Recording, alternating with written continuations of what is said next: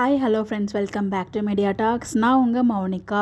So இன்றைக்கி எபிசோடில் இந்த விஷயத்தை யாரெல்லாம் நோட் பண்ணிங்க அப்படிங்கிறத கமெண்ட்டில் சொல்லுங்க. ஸோ நோட் பண்ணாமல் யாரும் இருக்க மாட்டீங்க. ஸோ அது வீக்காக ஃப்ரெண்ட்ஸ் கண்ணில் விளக்கணை வச்சு தான் நம்ம எல்லோரும் வந்து எபிசோட்ஸ் பார்ப்போம்.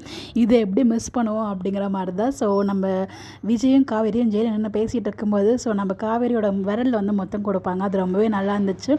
ஸோ அதாவது நம்ம காவேரி விஜய்க்கான ஒரு நேச்சுரல், அதாவது எப்பயுமே இருக்க ஒரு சைன் அப்படின்னு பார்த்தீங்கன்னா அந்த நெத்தியோட நெத்தியை ஓட்டுறது, இந்த மாதிரி கையில் கிஸ் பண்ணுறது, இது எல்லாமே எப்பயுமே வந்து மேக்ஸிமம் அவங்களுக்கான ஒரு சீன் ப்ரெசன்ஸ் இருந்தால் இந்த மாதிரி வந்து அவங்களுக்கான ஒரு சீன்ஸ்லாம் இருக்கும்ல, அந்த மாதிரி இந்த ஒரு சீன்ஸுமே இருந்துச்சு. அதை நம்மளால வந்து ஃபீல் பண்ணவும் முடிஞ்சிச்சு. ஸோ அவங்களோட இன்னைக்கு அவங்க ப்ரெசன்ஸ் வந்து அவ்வளோ சூப்பராக இருந்துச்சு. ரெண்டு பேருமே எமோஷனலாக அந்த ஃபேஸ் ரியாக்ஷன் அப்பப்பப்பா என்ன ஒரு ஆக்டிங் பின்னி தள்ளிட்டாங்க. ஸோ அப்படி என்ன சொன்னாலுமே பத்தாது, அந்த அளவுக்கு வந்து பெர்ஃபார்ம் பண்ணியிருந்தாங்க.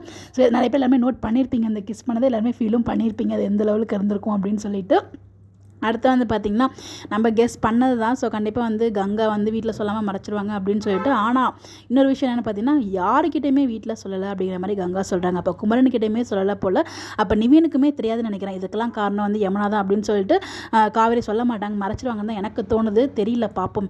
ஆனால் காவேரி வந்து யமுனா மேலே செம்ம காண்டாக இருக்காங்க. பட் வந்து அவங்க வீட்டுனா அவங்க வந்து ஒரு மாதிரி ரியாக்ட் பண்ணுவாங்க இல்லையா. ஸோ என்ன பண்ணாலும் வந்து ஒரு அப்பாவித்தனமாக அதாவது மன்னிச்சு விட்டுருவாங்க. ஸோ எல்லாமே அதாவது நம்ம வீட்டில் எது பண்ணால் தப்பு பண்ணாலும் பிரச்சனை கிடையாது, ஸோ நம்ம குடும்பம் தானே அப்படிங்கிற மாதிரி மன்னிச்சு விட்டுருவாங்க. ஸோ அந்த மாதிரி தான் வந்து காவேரியோட கேரக்டர் வந்து இது வரைக்கும் பண்ணியிருக்காங்க. பாப்போம், எதையுமே தெரிஞ்சு அந்த மாதிரி கொண்டு போயிடுவாங்கன்னு நினைக்கிறேன். ஏன்னா இப்போவுமே கங்கா வந்து வீட்டில் எதையுமே சொல்லலை, அம்மா கிட்ட மட்டும் சொல்லலாம் பரவாயில்ல, யார்கிட்டையுமே சொல்லலை அப்படிங்கிற மாதிரி சொல்லியிருந்தாங்க. அதை நோட் பண்ணியிருப்பீங்கன்னு நினைக்கிறேன்.